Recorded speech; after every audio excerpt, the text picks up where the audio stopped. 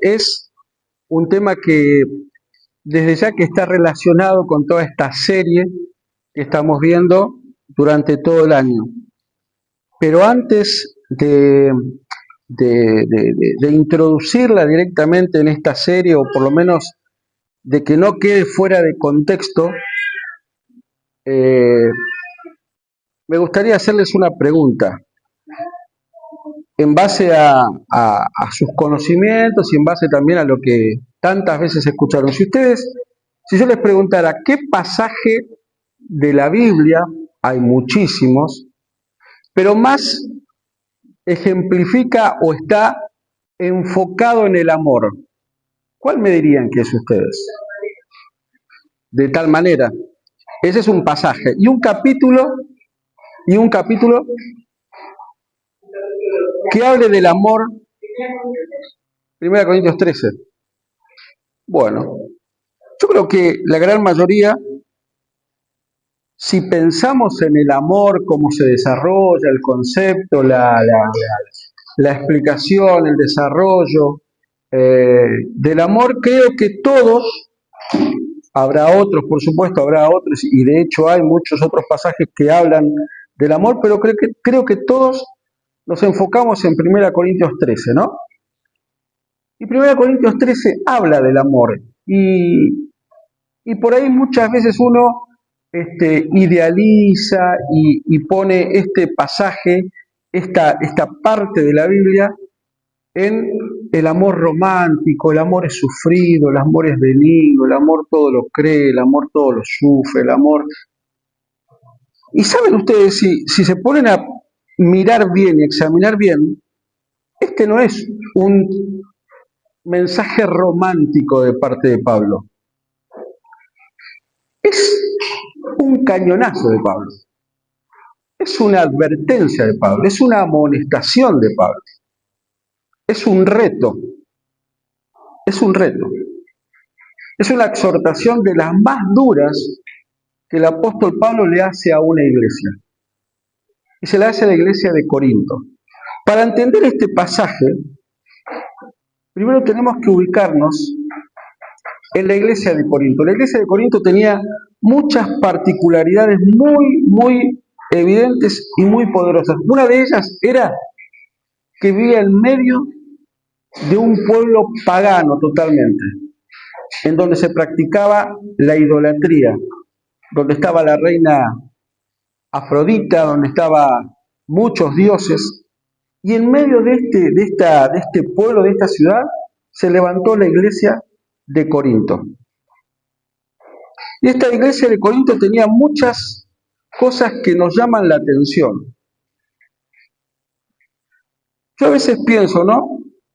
Cuando nosotros leemos la Biblia, generalmente pensamos que los ejemplos que vemos en la Biblia, o las cartas particularmente que vemos en el Nuevo Testamento, estaban dirigidas a santos, a personas diferentes que habían conocido a Cristo y que habían transformado su vida, y lógicamente es así. Pero de golpe, cuando leemos en Efesios, por ejemplo, ¿se acuerdan cuando hace un tiempo atrás leímos en Efesios esa carta o ese pasaje donde dice no os embriaguéis con vino? ¿Y a quién se los escribió Pablo? A los creyentes. O sea que era común en los creyentes, o por lo menos no era nada raro, que entre los creyentes tomaran de más, y específicamente en la Santa Cena. Y uno dice, ¿puede ser esto posible? Y sí, era posible. Si está en la iglesia, está en la Biblia, era posible. Y acá en Efesios, acá en Corintios, también se da una particularidad. Dijeron 1 Corintios 13. Y miren, 1 Corintios 13 está después de ¿qué capítulo? El 12. ¿Y cómo termina el 12? Miren, procurad pues los dones mejores, dice, que es 1 Corintios capítulo 12, versículo 31. Y después del capítulo 13 de 1 Corintios, en el 14, el primer versículo dice, seguid el amor y procurad los dones espirituales. Es decir, este capítulo, el 13, está en medio de dos capítulos que hablan de dones. Y durante todo este tiempo, el pastor estuvo hablando de dones, hablando de fruto, los dones espirituales. ¿Y qué son los dones? Los dones son las herramientas, las armas que nos da el Señor para nuestra capacitación, para poder desarrollar la obra que Él quiere, no solo en la iglesia, sino también en el mundo, a través nuestro. El don de sanidad, el don de lenguas, el don de la enseñanza, son los dones, ¿sí? ¿Hasta ahí venimos? Todos los domingos el pastor habla de dones, de distintos dones, distintas herramientas que nos da el Señor para desarrollar la tarea de la iglesia. Y este capítulo 13 está en medio de todo esto. Está en medio de todo esto. ¿Y por qué está el tema del amor en medio de un tema que son los dones? Porque la iglesia de Corinto tenía todos los dones. Si ustedes quieren, fíjense en Corintios capítulo 1, versículo 7, si mal no recuerdo, dice, de tal manera que nada os falta en ningún don. Miren qué iglesia que era Corinto, no le faltaba ningún don, tenía todo. Esta iglesia estaba completa, esta iglesia era una iglesia poderosa, realmente había creyentes verdaderos en esta iglesia, porque los dones no eran inventados por los hombres, ni los dones se podían conseguir de forma humana. Los dones, ¿quién los da? El Señor. Y a esta iglesia no le faltaba nada. Dice que nada os falta en ningún don, tenía todo.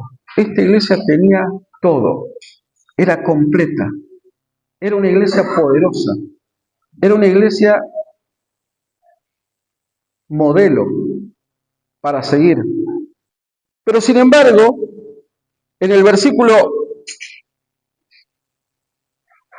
11 dice, porque he sido informado acerca de vosotros, hermanos míos, versículo 11, por los de Cloé, que hay entre vosotros contiendas. La iglesia poderosa, la iglesia completa, la iglesia que tenía todos los dones de parte de Dios, en medio de esta iglesia había contiendas. Y es más, los hermanos se hacían juicios unos a otros delante de jueces. Algo que pasaba acá en la iglesia, se iba a un juez, se lo denunciaba a otro hermano y se arreglaba de esa manera, a través de jueces. Miren ustedes, ¿es posible, es compatible esto? Evidentemente no. Si en una iglesia se pasaban de tomar vino y en esta iglesia se hacen juicio uno a otro, y sin embargo esta iglesia estaba llena de dones. Por eso, el capítulo 13 habla del amor como requisito fundamental para nuestras vidas. Y tiene que ver con todo este tiempo que estuvimos hablando de la plenitud del Espíritu Santo. Porque la plenitud del Espíritu Santo nos capacita, nos da herramientas que son dones. Pero estos dones no quitan la parte natural nuestra, es decir, la parte carnal de parte de nosotros que todos los días estamos confrontando. Como lo que hablamos hace también unos jueves atrás de Romanos 7, cuando habla, el mal que no quiero, eso hago. Y lo que yo quiero hacer no lo hago. La iglesia de Corinto se enfrentaba a esto. Y el apóstol Pablo, ¿cómo lo resuelve? Diciendo, ustedes tienen todos los dones, tienen todo, están completos, no les falta nada. Pero se están portando mal. Están haciendo mal las cosas. ¿Y por qué están haciendo mal las cosas? Porque se olvidan de lo más importante. Se olvidan de lo fundamental. ¿Y lo fundamental qué es? El amor. El amor. Ahora, que falte el amor en la iglesia de Corinto no es desactualizado. ni quedó en el tiempo, ni ya quedó gastado, o se fue debilitando con el tiempo. Al contrario, es un mal que nos pasa a nosotros también hoy en día, en el año 2026. La falta de amor. Y fíjense cómo la falta de amor repercute en nuestra vida de tal manera que todo se estropea, todo, absolutamente todo. Ahí dice, el termómetro de la verdadera espiritualidad, y ya no veo más. Si una persona ora mucho, conoce la Biblia,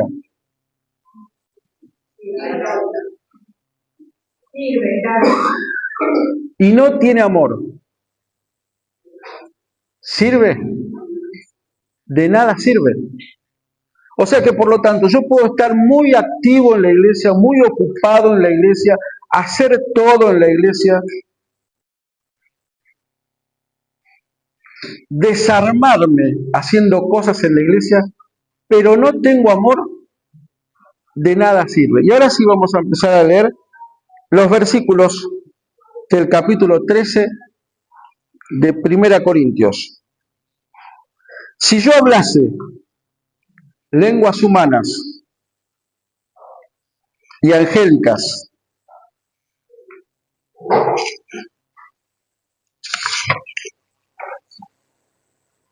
y no tengo amor, vengo a ser como metal que resuena o címbalo que retiñe.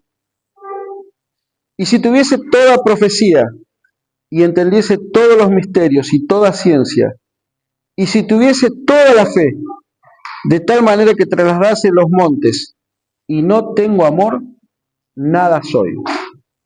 Y si repartiese todos mis bienes para dar de comer a los pobres, y si entregase mi cuerpo para ser quemado, y no tengo amor, de nada me sirve. Fíjense ustedes que en los 3 versículos hay una frase que se repite, y no tengo amor.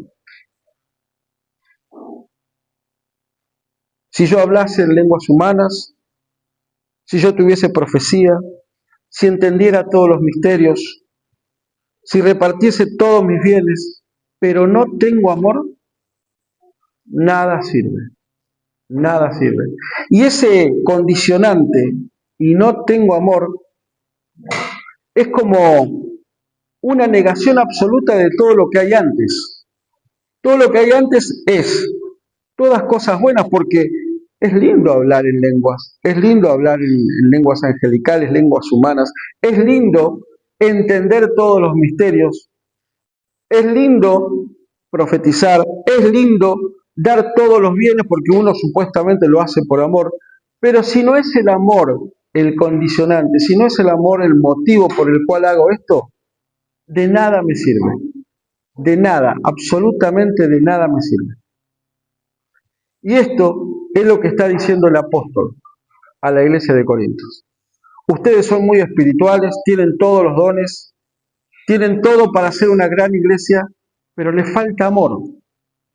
Entonces lo que están haciendo es nada, nada. Ahora fíjense, a mí hay algo que me llama la atención. En el versículo 1 dice, si yo hablase lenguas humanas y angélicas y no tengo amor, vengo a ser como metal que resuena o címbalo que retiene. ¿Saben cómo en la iglesia de Corinto, mejor dicho, no en la iglesia de Corinto, sino en la ciudad de Corinto, se rendía culto a varios dioses? Y cuando llegaba la hora de hacer el culto a estos dioses, ¿saben cómo los llamaban? Con campanas. Con campanas que lo que hacían eran resonar. Y el címbalo era esto, címbalo era como una vasija de bronce, hueca, que tenía un sonido muy, muy especial. Entonces lo que está diciendo Pablo es, si todo lo que estás haciendo es sin amor, es lo mismo que lo que hacen los idólatras cuando llaman al culto que tienen que hacer. Es lo mismo, no es nada para Dios, es más bien para los otros dioses. Después dice, si tuviese profecía y entendiese todos los misterios y toda ciencia, y si tuviese toda la fe, de tal manera que trasladase los montes, fíjense la calidad y la profundidad y la potencia de esta fe. Si yo tuviera fe de mover los montes, ¿se acuerdan cuando Jesucristo dijo, si tuvieran la fe de un grano de mostaza, podrían trasladar? Fíjense el nivel de fe.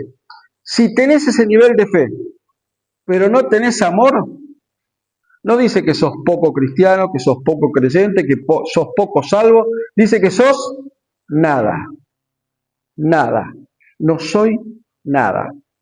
Por lo tanto, ¿de qué sirve tener todo ese poder que Dios te lo da si la motivación no es el amor?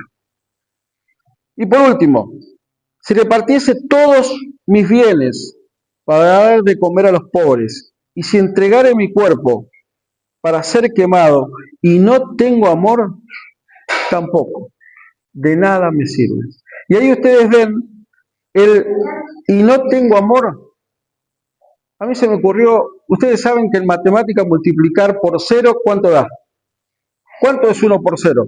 0. 2 millones por 0, 3.578,45 por 0, 0. Todo lo que se multiplica por 0 es 0. Si no tengo amor, es 0. Ustedes lo ven ahí, ¿no? Lo están viendo en la parte de abajo. Todo esto lo multiplico por no tengo amor y es nada. Es lo mismo. Por lo tanto, el amor es el motor que debe impulsarme, que debe manejarme, que debe moverme, la motivación para poder servir al Señor. Pero ahora vamos, a partir del versículo 4, vamos a ver una de las descripciones más hermosas del amor. Y vamos a leerlo juntos, está el versículo 4, ¿no? El amor es sufrido. La palabra para sufrido también significa paciente. Por lo tanto, el amor es paciente. El amor es sufrido, el amor es paciente. El amor aguanta. Después dice, el amor es benigno. Busca el bien del otro constantemente. El amor no tiene envidia. No me pone mal que el otro le vaya bien o que progrese.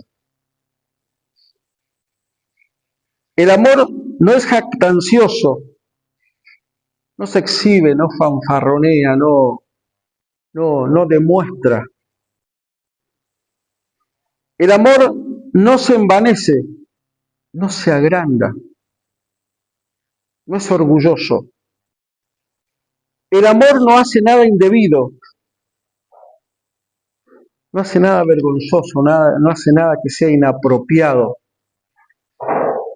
El amor no busca lo suyo, no persigue su propio interés. El amor no se irrita, no se deja llevar fácilmente, no se permite enojarse ante circunstancias mínimas o máximas. No guarda rencor, y acá es importante, no guarda rencor, literalmente significa que no lleva un registro contable del mal. ¿Qué significa esto? La palabra para no guarda rencor es una palabra que se usa en el término contable en el griego antiguo. Y significaba llevar o sumar las cosas. Por lo tanto, significaba llevar un balance de todo lo que se hacía mal. Y eso significa no guardar rencor. Y saben, esta misma palabra está en 2 Corintios 5:19, donde dice que Dios no toma en cuenta los pecados de los hombres. Es la misma palabra, no toma en cuenta. No, Dios no cuenta los pecados que tenemos, los borra. Por lo tanto, Dios nos está diciendo lo mismo acá. No guarda rencor. No me acuerdo de lo que me hizo. ¿Me lo hizo? ¿Me falló? Ya está. Eso es el amor. No se goza en la injusticia, no celebra cuando otros caen o fracasan. Se goza de la verdad, dice. Festeja cuando la verdad y la justicia prevalecen. Todo esto es el amor, de acuerdo a lo que dice Pablo en 1 Corintios capítulo 13. Y después vienen los cuatro todos. El amor todo lo sufre. Pero la palabra sufrir también significa cubrir, tapar. Y en algunas versiones, la misma palabra sufrir se traduce como techo, como cobertura. Por lo tanto, el amor todo lo sufre, todo lo cubre, todo lo tapa, todo lo protege, todo lo cuida. El amor todo lo cree. El amor no es ingenuo. El amor es confianza. Todo lo creo. El que ama confía. El que ama confía. Todo lo espera. Mantiene esperanzas, incluso en situaciones difíciles. Porque yo sé a quien amo. El amor espera, confía. El amor todo lo soporta. Se mantiene firme bajo presión continua. Ahora, Primera de Juan capítulo 4 versículo 8. Primera de Juan capítulo 4 versículo 8. Dios es amor. Todo lo que estuvimos leyendo es una descripción de Dios. Dios todo lo sufre, también todo lo cubre, todo lo protege, todo lo cuida. Dios no es ingenuo, sino que confía en vos, que confía en mí.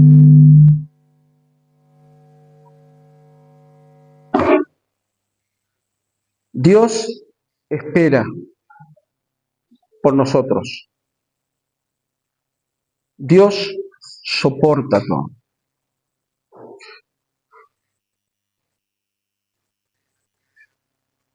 Todo esto es lo que es Dios en nuestra vida. Cuando nosotros leemos este capítulo estamos leyendo una descripción detallada de lo que Dios es para nosotros. Dios no es ingenuo, Dios tiene las esperanzas puestas en nosotros. Dios nos capacitó, nos llenó, nos selló y nos dio de su plenitud de espíritu. Dios confía en vos, Dios confía en mí. Dios te cubre, Dios te protege, Dios te guarda. Dios, a pesar de que las circunstancias sean malas, adversas, difíciles, complicadas, sigue esperando que tu reacción sea la correcta. Porque el amor todo lo sufre, todo lo cree, todo lo espera y todo lo soporta. Cuando hablamos de este capítulo, estamos hablando de lo que Dios hace en nuestra vida, lo que Dios busca en nuestra vida. No podemos hacer nada si el amor de Dios no está en nuestra vida. Pero sobre todas las cosas, si el amor de Dios nosotros no lo reflejamos, si lo hacemos para cumplir solamente, si lo hacemos como una obligación. El pastor hablaba varios domingos ya de las disciplinas espirituales. Y uno entiende disciplinas espirituales por trabajos que nosotros tenemos que hacer. Y la realidad es que el trabajo que nosotros tenemos que hacer es simplemente tener el oído sensible a la voz de Dios. Y no cumplir por cumplir, no venir a la iglesia porque si no estoy en falta. No, vengo a la iglesia porque necesito escuchar la palabra de Dios. Y porque lo mínimo que tengo que hacer, por terrible, tremendo amor de Dios a mi vida es venir a escuchar su palabra. Dios me protege, Dios me cuida, Dios confía en mí y es lo mínimo que yo tengo que hacer. Puedo tener todos los dones, puedo saber la Biblia de memoria, de tapa a tapa. Puedo saber de memoria cada cosa que está en la Biblia, cada historia que está en la Biblia. Pero si no soy capaz de amar a mi prójimo, no sirve de nada, es cero, cero, absolutamente cero. Y recuerden, el apóstol Pablo le escribió esto a una iglesia que estaban peleándose unos contra otros. No le escribió al vecino de enfrente, ni al vecino de al lado, ni al que estaba en la feria, le escribió a una iglesia. Y fue contundente. Entonces, cuando leemos este capítulo y decimos qué lindo el amor, lo que es el amor, más que decir qué lindo, digamos, me está pegando fuerte. ¿Qué estoy haciendo? ¿De qué manera estoy actuando? ¿De qué manera estoy trabajando para Dios? ¿Qué es lo que me motiva a mí trabajar para Dios? Y después dice el versículo 8, el amor nunca deja de ser. Decimos que el amor es Dios. Dios nunca deja de ser. Dios es eterno. Y el amor de Dios es eterno. Y si es eterno no tiene principio, no tuvo principio. Y tampoco tiene fin, no tiene fin. Es eterno. El amor de Dios en nuestros corazones es eterno. No nació cuando nosotros aceptamos al Señor. El Señor ya nos amaba. ¿Se acuerdan lo que leímos en Efesios? Desde antes de la fundación del mundo. De tiempos que nuestra mente no tiene registro. Desde ese momento el amor de Dios ya nos cubría, ya nos protegía, ya confiaba en nosotros. Ya nos impulsaba, ya nos veía el amor de Dios. Por lo tanto, y de acuerdo a los ejemplos que estamos viendo en la Biblia, es posible que tengamos dones. Gloria a Dios que es posible. Podemos tener la mejor capacidad que Dios nos haya dado. Yo particularmente conozco un joven, Gabriela también lo conoce, un joven que tiene un don precioso. Y es el don de que oraba y el Señor solucionaba problemas de huesos. Y yo lo vi con mis propios ojos, como un hueso se estiraba. Lo vi. Y por supuesto sentí la presencia de Dios. Comencé a temblar cuando veía eso.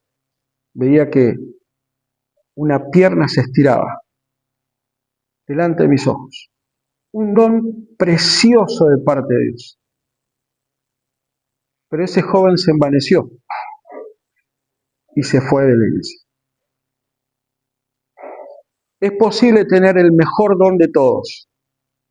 Es posible servir a Dios en 1001 tareas, 1001 trabajos. Cada actividad de la iglesia estás presente. Sos el primero en llegar y el último en irte. Pero si detrás de todo eso no hay amor, cero. Cero. Es posible que tengas la plenitud del Espíritu. Es posible. Porque de hecho el apóstol lo dice. Los dones vienen de parte de Dios, no de parte de los hombres. No lo podemos comprar en un almacén. Los dones son repartidos por el Espíritu. Pero también es posible que te hayas desenfocado, que hayas perdido el foco de por qué o de para qué. Cuando dice el amor nunca deja de ser, el apóstol Pablo usa una palabra, creo que lo hablamos en una oportunidad. La palabra amor en griego se puede decir de 4 maneras distintas. El amor filial, que es el filio, el amor eros, que es el amor de pareja, el amor romántico, el amor storge, que es el familiar, de amistad, pero está el amor ágape, que es el amor de Dios, el amor perfecto, el amor incondicional, el amor que viene de parte de Dios. Cuando el apóstol Pablo usa acá en el versículo 8, el amor nunca deja de ser, está hablando de este amor, dice el amor ágape, el amor de Dios, nunca deja de ser. Por lo tanto, lo que te está diciendo acá el apóstol Pablo y me está diciendo a mí también es, cuando Dios te amó, te amó. Y nunca dejó de amarte. Y nunca va a dejar de amarte. No puede haber nada en este mundo que pueda separarte del amor de Dios. Romanos capítulo 8. No hay nada, ni siquiera lo porvenir, decía el apóstol Pablo. Nada, nada que te pueda separar del amor de Cristo. Porque el amor nunca deja de ser, nunca deja de estar. El amor no se desvanece, el amor no se esfuma, el amor no desaparece, el amor no se debilita. El amor de Dios está siempre, siempre, a pesar de las circunstancias, porque el amor todo lo cree. Dios cree en vos. Dios depositó su confianza en vos y en mí. Y Dios nos cubre, Dios nos tapa, Dios nos protege, Dios nos fortalece.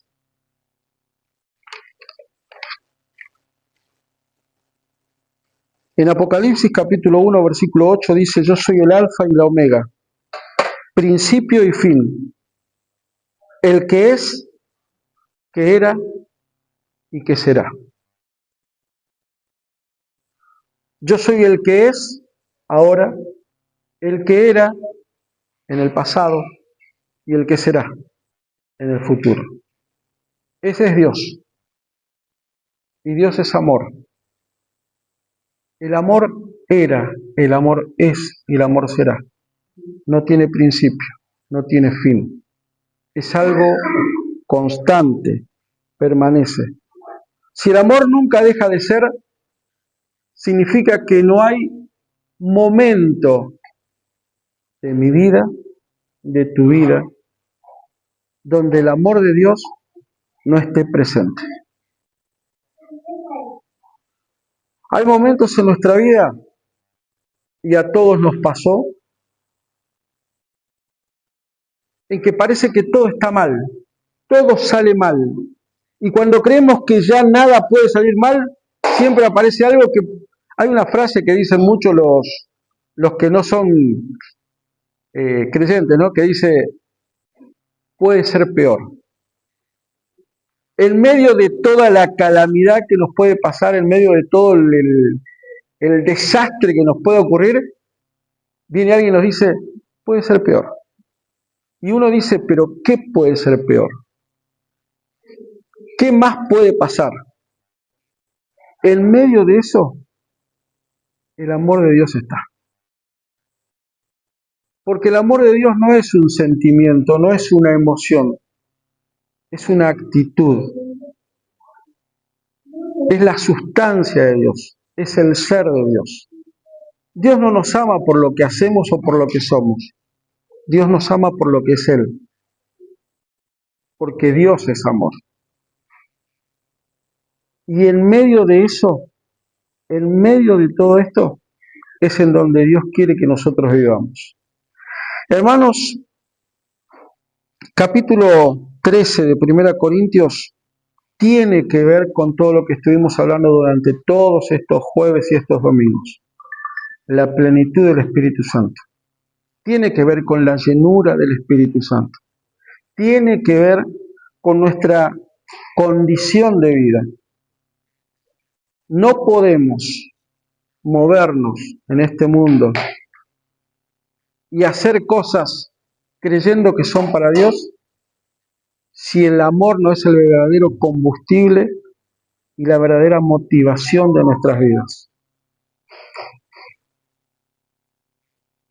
A veces es difícil porque como seres humanos y como personas naturales y como personas carnales que somos todos, nos cuesta ver todo esto, pero a la vez tomémoslo de esta manera, son exhortaciones que nos da el Señor, son exhortaciones. Nosotros nos movemos por fe,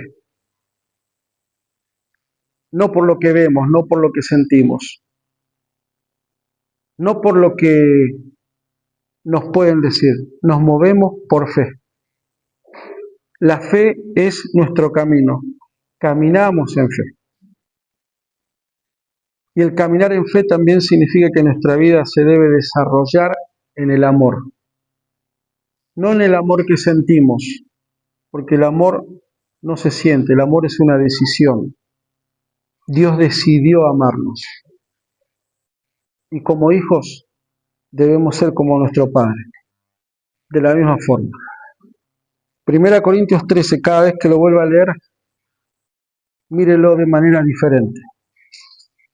No es un poema, es una exhortación, es una corrección, es algo que Dios nos está pidiendo, que lo hagamos todo con amor. Amén.